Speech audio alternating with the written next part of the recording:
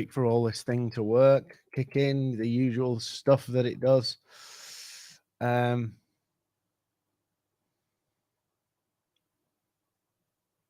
So, interesting new feature on LinkedIn this morning. Tell you about that a little bit. Good morning, everybody. So let me know if you're alive and well in the chat. If you can see me, hear me, all that kind of stuff. Say hello in the chat so I don't feel all by myself. I hope you're all well this morning. I had a lie-in this morning. It was tough getting up this morning. But yes, so all fun stuff happening in the world, all crazy.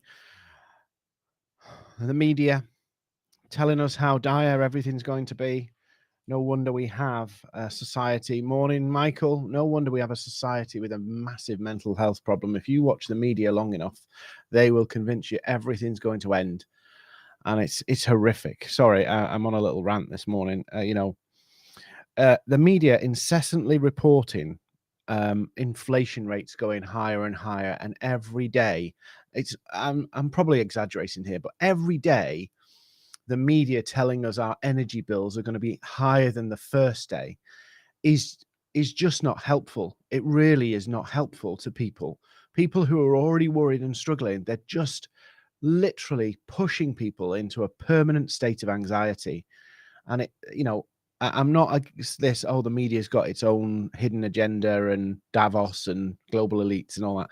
But the constant, near constant predictions of doom, because basically they need some headlines, is just horrendous for people. I mean, I don't know whether this is a word. I'm optimistic about the energy inflation situation. And I'll tell you why I'm optimistic. I'm not optimistic as in it's going to go all better and this is all going to go away. I'm not there. But I'm optimistic because if these predictions play out and we end up with a $5,500 electric bill next year, or energy bill, and inflation gets to 18% and interest rates are going to have to rise to 7%, basically at least a third of the population of our country are going to be absolutely screwed. I don't mean just literally, they've got no money. I mean homeless, financially destitute, facing total ruin. Right now, why am I optimistic? If that's what I think is going to that's what will happen if all of these predictions come true, because nobody can let that happen. Yeah. Nobody would know, even though Conservative Party in the UK are not very popular, and they have a very vehement opposition. They would never get into office ever again if they allowed that to happen. So I'm optimistic that all of these predictions that the media are talking about, and the media constantly trying to say the new PM's not going to make an impact or do anything, I think, to be honest with you, it's just nonsense. Neither of the options for PM are my choice, but I just think the pressure on them to actually solve this problem is so political that they have to do it whether they like it or not. We cannot and we will not have a scenario, and if we do, I'll probably leave this country, where any government allows a third of the population to face financial destitution. It's just unthinkable for a civilized society. It's unthinkable. So if you're stressed and worried about it, do not listen to the media, because their business objective is eyeballs. That's how they make money. That's how they prove their value. You do not follow it. It will leave you with massive mental health problems. So, you can remember in I haven't had a coffee yet, actually. I've come in and I'm straight on. But what I wanted to mention, a little bit of a cheeky promo this morning, is starting on the 1st of September, I'm doing a 7-day content challenge. So if you're part of our 100 Leads program or accelerator program, you can join it for free. But if you're not, it's like 25 quid. And each day we have a 30-minute session as a group, 15 minutes where I show you what to do and 15 minutes where you do it. So we're running that basically for 7 days starting 1st of September. So I wanted to make you aware of that, because if you've been struggling with like creating content, maybe you've been like this, and I talk about this a lot, the blank page. This is scribbled on the back, but a lot of people come up with and go, how do I talk about what I do and how do I add value around what I do without kind of just repeating myself? Or how do I stay on topic but have something fresh to say or a fresh perspective? So I've not done many written posts in the last couple of weeks. I've been focusing on video because I'm using these lives to help me a little bit. Morning, David. I'm using the lives. Actually, if I tell you why I'm using the lives, I've never been really comfortable on camera. Actually, I've got better over the last 2.5 years because I've done more of them. My history was I was like almost it's a bit posh title, but I was like an exec producer for a TV on the TV side. So I knew what people had to do, but never went in front. And Terry on our team, he was in the back of TV. So I knew how the whole show works. You know, I've worked on some big TV projects, but the camera thing was a pain for me. So what I decided to do was say, I'll go live every morning. Some people have said, why are you going live at 7 in the morning? Because it's a good time for me, basically. It's a good time for me. One, to just get more at ease on camera, unscripted. That's the first thing. The second thing is I'm going, I don't want to say all in because I'm going as all in as I can on TikTok. And I've struggled with making the videos. Morning, Caroline. Without the doom and gloom. Yeah. That's not a bad idea, actually. I might check that out, Caroline.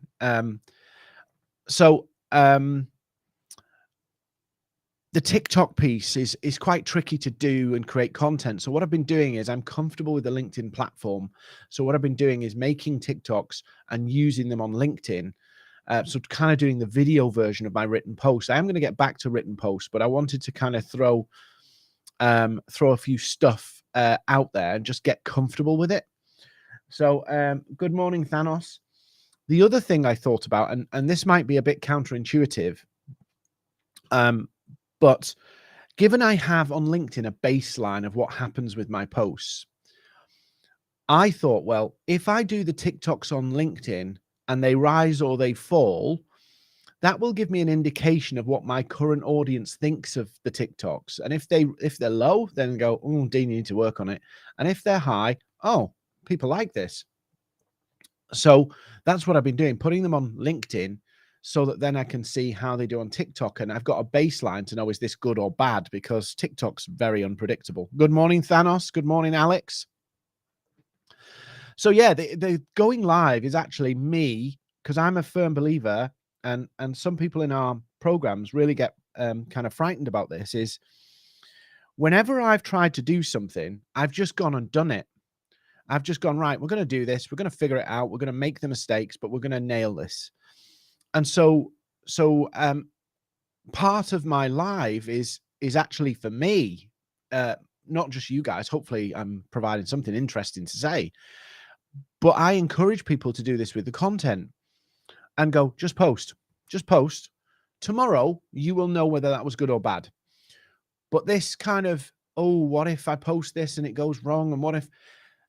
It's all what if. It's all what if until you do it. Everything is what if.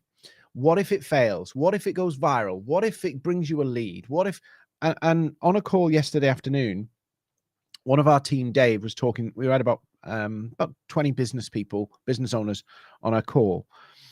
And Dave was talking about sometimes there's some content that he puts out that will bring him leads, but by all the metric standards is really poor. And, 400 views he had on a post, but it got him 2 calls booked. Whereas sometimes he'll do one 20, 30,000 views or 1 million views. One of our teams, our content team, are really good at writing viral content, way better than me. 1 million views. But sometimes it's those posts that you don't realize that actually have the big impact. But yet we pursue the numbers. And I'm all for numbers. The more numbers you have, the easier things get, of course. But actually, one of the things I do in the content challenge is say, right, today you're going to do this post. You've got 15 minutes to do it. Go do it. No ifs, no buts. Just do it. Why?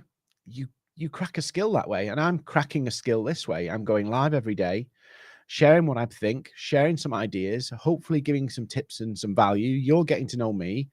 I'm getting to know you. You know, I'm seriously, I mean, Thanos' first name, Thanos. Imagine being called Thanos. That's awesome. I can't really I've just got a boring name like Dean. Do you know what I mean? It's like awesome. Yeah. Anyway, sorry. I'm in the Thanos fan club, I think. I think this is bad they killed him off in Avengers. I thought he was a really good character. Sorry, I'm getting distracted. But content-wise, you just have to throw yourself in, because I think it's Malcolm Gladwell says, I think it's about 10,000 hours. I think he says, if you do something consistently enough, you actually build up a skill. You actually build up, morning, Shaheen. You actually build up muscles for it, creating content. Yeah. And I know Gav was joined earlier. He's a video content machine, right? But I bet you his first few, he might not say this, he might have checked out now and gone on his walks filming his videos, but I bet you when he first started, when he really, really first started, if he looked back at some of those videos, he'll probably tell you, morning, Dean. Where have you been, Dean? Not seen you in ages. He'll tell you probably the first few videos, it was really tough for him. It was really difficult. And as he got into it, as he did more of it, you actually get I can do this. It comes together. It's just easy and straightforward. So the more you do it, the easier it gets. And that's what I want to do in my 7-day content challenge, is basically go, right, you sign up. I will tell you what to post. You have to just put your spin on it. Then post the thing. That's how simple it is. Alex says that thinking about TikTok, I understand it's a good way of creating content, but in my opinion, it's turning LinkedIn into a social media platform rather than using it as a more business content. Alex, that's the actual idea. I think LinkedIn's business model is they want to nudge a little bit to more social media. Not too far. And I've seen LinkedIn are starting to respond to some of the crazy stuff that's been happening over the last few months, where, you know, it's pandering a lot of the stuff. So I agree with you. TikTok's great. LinkedIn has changed and shifted from where it was, and it was very corporate-y maybe 3-4 years ago, and it is becoming a bit more social. And I think that's deliberate. I don't think it's happening by chance, but I can see that LinkedIn's, if we understand this in a slightly different way, social media, if we think about it in this way, LinkedIn has a bit different business model to the likes of Facebook and TikTok. And what LinkedIn's trying to do is go, I want a bit of their business model, but we want to keep ours. And their business model is, from a user point of view, obviously they've got the ads piece, but the ads are way more expensive than, say, Facebook or TikTok or YouTube. What they're doing is focusing on giving it a little bit more so that they can create that creator world, creators, yeah, content creator worlds, yeah, and they'll put them there and help monetize them so that they have a little space, so they've got more people posting content, because LinkedIn even today has a content deficit compared to the other channels. For the number of users it's got, there is a content deficit. So they want to drive that a little bit more. But LinkedIn won't go too far, because if people stop buying subscriptions to LinkedIn, that's the big chunk of their revenue. So LinkedIn Recruiter, LinkedIn Premium, LinkedIn Sales Navigator, if the decision makers aren't on the platform, those subscriptions will stop. So if it swings too far towards TikTok or Facebook, they will ease it back, but they are letting it drift a little bit. And I think they want to, because they want to build that creator economy so that they can do more stuff with ads and stuff like that. All social media platforms are having to adapt to basically, where are we now? Social media 3.0, shall we say. We've had the website version. Now we've got this, then we went through a phase, and now we're into like a new evolution of social media with changes to video portraits and everything. Dean's here. Well, Dean, it's great. The business is growing. Dean, I can remember Dean maybe 4 or 5 years ago, and it was him and his wife, and he's built out this agency. I have to get the location right. It's towards Bury. I want to say Bury, but I could be totally wrong. Bury, I might be wrong. Yeah, every so often I'll put something funny on LinkedIn, and I'll do it just to boost my visibility. But if you do that all the time, you end up with an audience that just have no interest in what you're selling. Yeah. Linkstagram or Faced-in. Yeah, I'm hoping it doesn't go that far. I have seen a lot of the people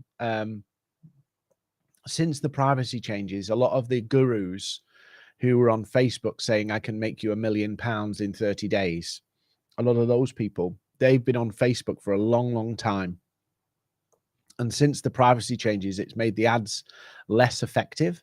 And I've seen more and more of those gurus coming onto LinkedIn saying, I can build your business in 30 days. I can get you 100K in new business in 30 days. And it's really funny because they have to be very careful what you do. You see that they don't post very often. And the reason why they don't post very often is because the sensible business community that's on LinkedIn, the grown-up business people on LinkedIn, will tear them a new butthole when they come out with that, scammy stuff. So I'm optimistic about LinkedIn, actually. I'm optimistic about social media generally. I think there's always going to be this negative Nelly part of it and the toxic part of it. And that's just life, basically. But, you can't check out of it, right? The world is here. I read an interesting stat the other day, quite scary, very scary.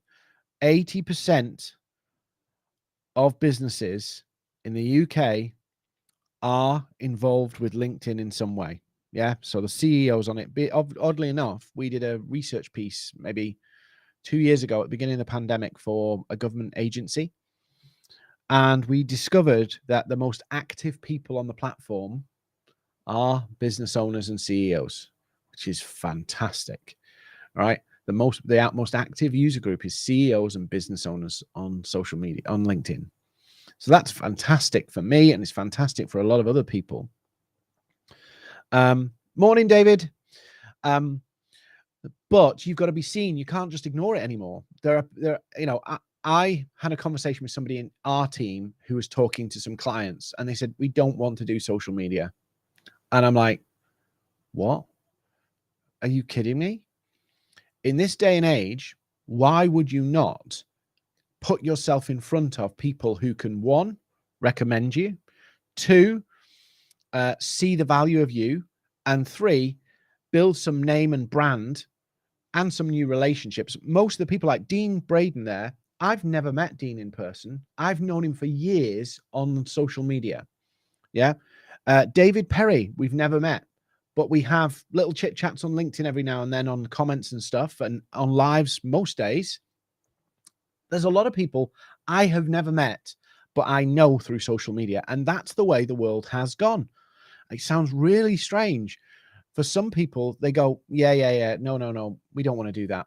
And it's like, unfortunately, that's the way the world is. You can either try and fight and get the world to conform to your way, or you just accept that's the reality.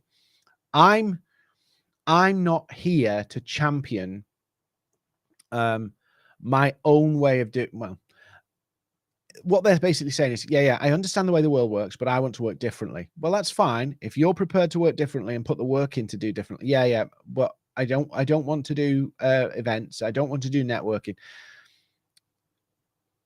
It's here. It's not going anywhere. It's going to evolve. It's not, I said to a group of, I think about 60 odd people on a live call last night.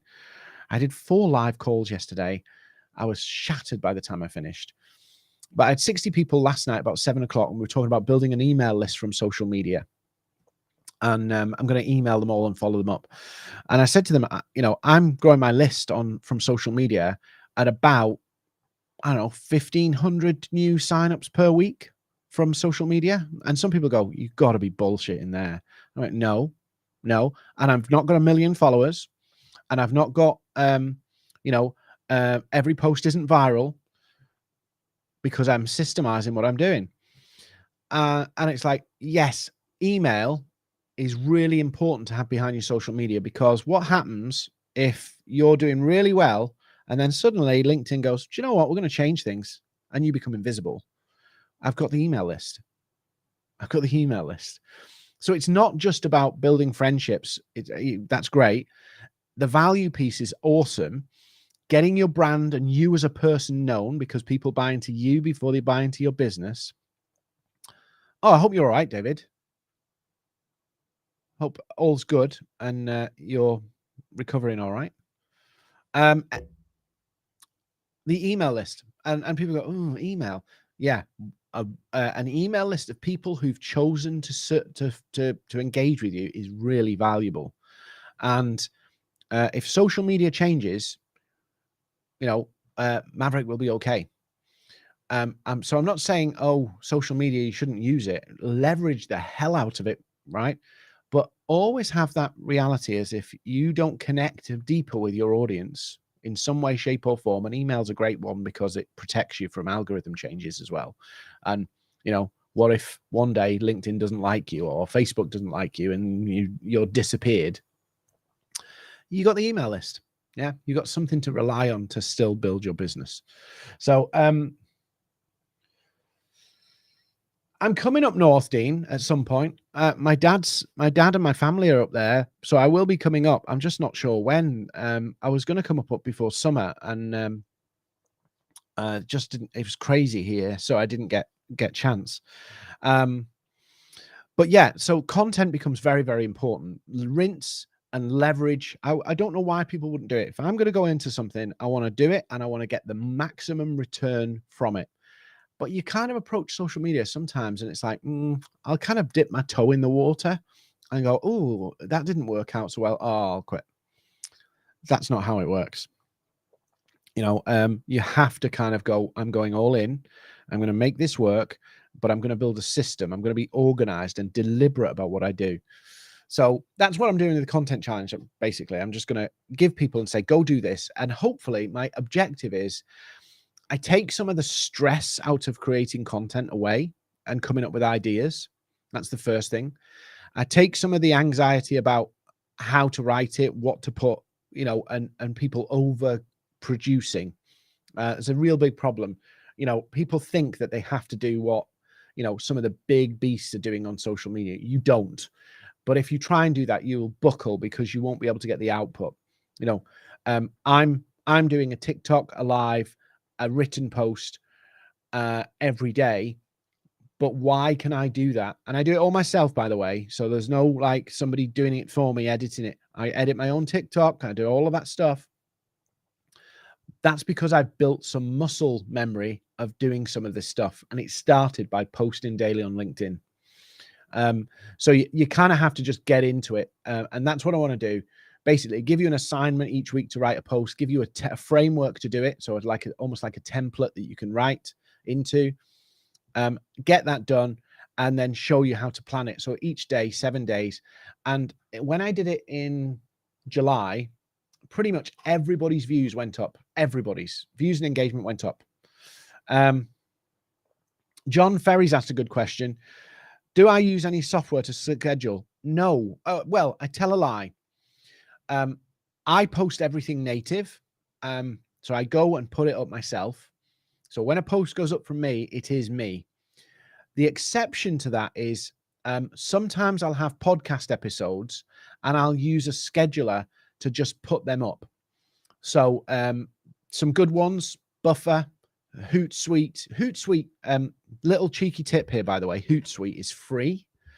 But when you go onto their website, they show you all these paid plans.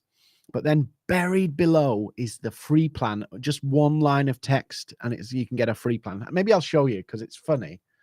I like Hootsuite, by the way. They're good guys. I've had some of their people on my podcast. They're really good people, but I just think this is funny, so I'll show you. Hopefully I don't get sued. Actually, I shouldn't get sued because I'm recommending them. So they have a free plan. It's obviously limited because, you know, they're a business. They want to make money. So you go on pricing and you can see, like, there's the plans, right? And then look here, hiding the free one. So people will go, oh, I need to use Hootsuite. Oh, I'll go for the 39 quid. I'm going to get so sued from Hootsuite for this. But try our free plan and you can get 2 social accounts on there, 5 scheduled posts. So it will work for you just using your own LinkedIn. Well, Dean, the link somewhere is on this post. Just click the link and sign up. I am updating that page later today, but just sign up and come on it. It's half an hour every day from the 1st of September to this. There's a weekend, so I'm not sure the final day. I think it's the 9th because of the weekend in between. But yeah, that would work for you if you were doing LinkedIn and posting 5 days a week. You could go in on a Sunday and you could basically put all your posts in for the 5 days. But the key thing is something I'm going to show you in the content challenge is it's not just about getting the post out. It's about how you put the post out and how you write the post to get the maximum visibility. Now, there's some cheats you can do, of course. I'll show you what they are and I'll explain what they are. But actually, the mechanics of the post itself can be the decisive factor about whether a post flies or dies. So, and also you have to train your audience to comment and engage. You can't just go, I'm just going to put stuff out there and people who are connected with me will automatically see it and people who connect to me will automatically want to comment. You have to actually get people into that place where they'll start to comment and it becomes a habit for them. It becomes a habit for you for posting, but it becomes a habit for you, for them engaging with you. And so what you have is you end up with a regular crowd of people who hang around you and get to know you. And that's how you build some of your relationships. So I can tell you some key people I know just from interactions on content, and you get to know people. And there's people who, like, if they message me on LinkedIn, right? If you ring Maverick, and this is just a scenario, I don't think I'm being a pain in the ass saying this. There's some people, if you ring Maverick today, you will not get through to me. I've made that deliberately because I sell my time. So I have companies paying me a lot of money to consult with them about growing their business through social media. Big companies, stock market listed companies. My small business side of the business, I love that. And I never wanted to lose that. That's why I do all this stuff myself, because actually at heart, I just love helping small businesses. But I have this corporate work that I do. And so I limit the access to me. So you can't get through to me. If you email me, I have email, but a lot of my emails are dealt with by somebody else because I was getting at one point getting 600 emails a day, and I hired somebody. This is funny. I'll get to my point in a minute. I hired somebody to help me with my emails, right? And they started. No, tell a lie. I hired somebody and then asked them once they'd started, would they help me for a little while to get on top of my emails because I couldn't keep up. And after about 3-4 weeks of helping me with my emails, they wanted to quit. They said it was impossible to keep up with. So I broke my emails down now. So members of the team deal with clients, members of the team deal with sales stuff that comes through to me, and support stuff, and finance stuff is all broken down so that basically there's multiple dean emails. But what I was going to say is I don't get anywhere near a telephone. So, you can't just ring up and ask to speak to me. Yet, some of the people I've interacted with on content, I'm in WhatsApp chats with them. They'll message me, and I like doing that because hopefully they know I'm crazy busy. So if I don't get a reply immediately, they know I'm not ignoring them. But I actually like that. I can dip in, talk to people, see how they're doing. No real sales agenda, just like get to know people. Because one of the things I found, and I'm going off on a little rant here, maybe I should stop sharing Hootsuite so I don't get in trouble. One of the things I've found, just being really, really honest, is I'm not a natural extrovert. So in a social setting, I don't feel very comfortable. In a workshop or a live presentation or on a stage or doing even this stuff now, I'm really comfortable with. And in a coaching or consulting session, love it. But in a social setting, I find them really difficult if I don't know people. So if you know me, I'm quite loud and chatty and all that kind of stuff. But in a networking event, oh my God, I'm a disaster, absolute disaster. You see some people who just walk up and talk to strangers. I can't do that. I absolutely can't do that. So I'm naturally more kind of socially reluctant. Is that the word? A little bit introverted outside of doing this stuff. Because of doing it so long, it becomes so natural to me. Maybe I should just go and talk to random strangers, and then that will become natural to me. I don't know. So one of the things I found is when you're running your business, it's even more difficult because you throw yourself in it. I mean, I run a pretty heavy schedule, but even in the first few years, you're throwing everything at your business. And so a lot of people you lose touch with. And Maverick was originally me as a solopreneur consultant many, many years ago, nearly 10 years ago. It was me as a solopreneur consultant, and obviously built out the team and everything have we done. But actually, as part of that solopreneur consulting, one of my consulting clients that I had for a long, long time, I still have contact with them now, they relocated their business, and they said, you are going to come because we want you around. And I was like, oh, okay. So I relocated from my family, relocated everything to pursue, business. So what I've found is, even though I'm in Plymouth, we've got a big team here, so there's quite a big social community in the company. My social network in Plymouth is like nearly non-existent. It's all online. I do want to change that though, because I think there's something about in person and getting to know people in real life. But you do, don't you? You make sacrifices for your business. You make sacrifices, and some of them, are good, and you're always making trade-offs. You do this for your career, but it costs you here. There's always those trade-offs. Forgot what I was saying now. Hopefully Hootsuite don't sue me. But yeah, you can get the free Hootsuite account. So yeah, the 7-day content challenge. I'll give you the framework. You go do it. Put it up. I'll show you how the engagement can grow, get you into that routine, end this kind of paralysis of what to post. I've got no ideas, all that stuff. We'll do it in 7 days. So that's what I'm going to do. So if you want to come, I'm updating the page actually today.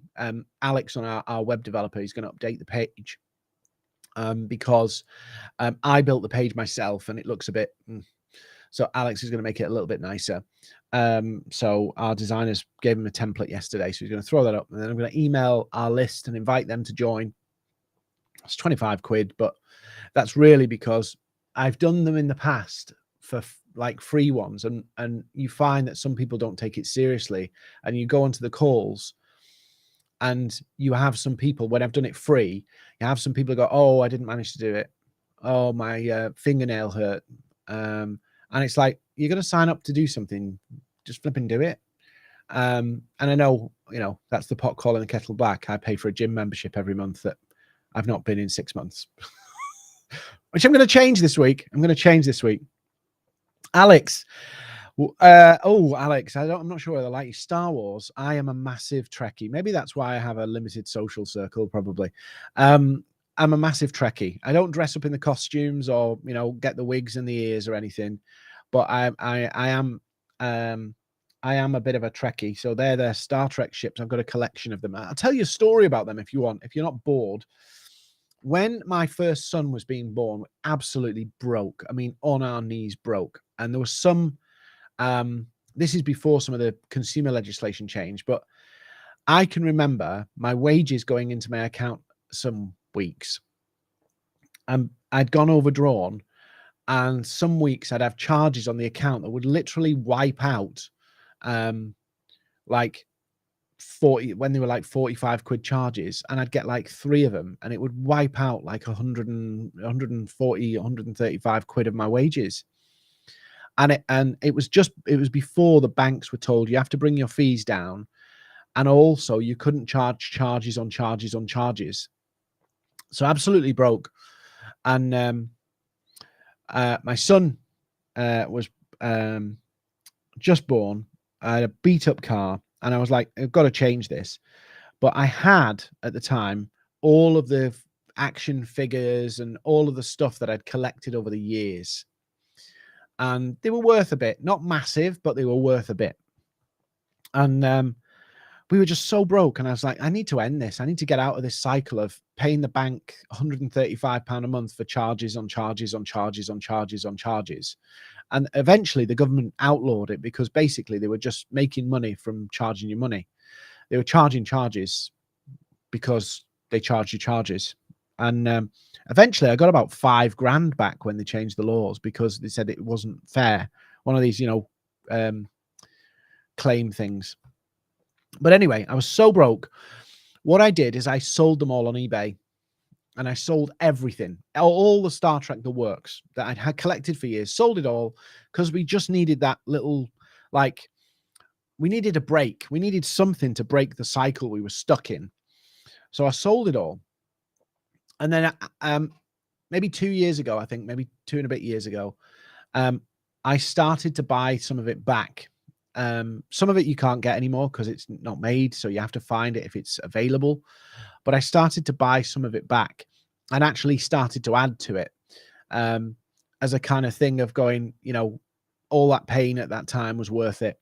So yes, that's why I have the Star Trek stuff. And actually over my shoulder here, that's my eldest son, Leon, and that's who was born when I sold all my Star Trek stuff. My other son is kind of just behind me at the moment. And Leon is joining the business next month. 5th of September is his first day. So he's starting in the business. He was going to go and do some other stuff, and he decided he wanted to do this first and then go off and do some other stuff. So he's coming here for a bit. He might go off to do other things eventually, but he's coming here. And it's really funny, actually, because when he was in school, he used to get a bit of flack because his dad was big on social media, and some of his school friends would like follow me and comment on my posts. It must have been awful for him. But yeah, and some of them follow me on TikTok and stuff like that, and it's like, oh, I bet he gets some stick for that. But he's decided to join here. So I'm going to do a LinkedIn post, do the proud dad thing. I'm not sure what my youngest one's going to do when he's finishing school and doing all of that stuff. He might go to college, uni, I don't know. But he's a couple of years away from all of those decisions yet. So yeah. So I'm going to have a picture. I might get him on a live, but he's shy like me. He's actually very shy like me socially. He's great with his mates and everything, but I'm not sure he's ready for a LinkedIn live yet. We're going to get him posting though. I've told him you got to get your LinkedIn up, posting every day, growing your network, all of that stuff. I don't think he knows what he's let himself in for, but I'm really excited to actually have him joining. It's going to be fun. Anyway, I'm going to shut up now. I've been going for 40 minutes. My God, I bet some of you woke up and I put you back to sleep probably. So if you're up for the content challenge, love to have you, love to see you. We'll be live interactive calls. So it won't be like live broadcast. It'll be like on a Zoom and you can ask questions and everything. But listen, have an awesome day. I really do appreciate you. I know I don't get to interact with everybody all the time, but I do appreciate you joining these lives. I appreciate your likes, your comments, your follows, all of that stuff. So thank you so much. And I'll see you tomorrow. I'll be back tomorrow live again. I've got to do a TikTok now, and I've got to do my written post for later on. So have a great day, and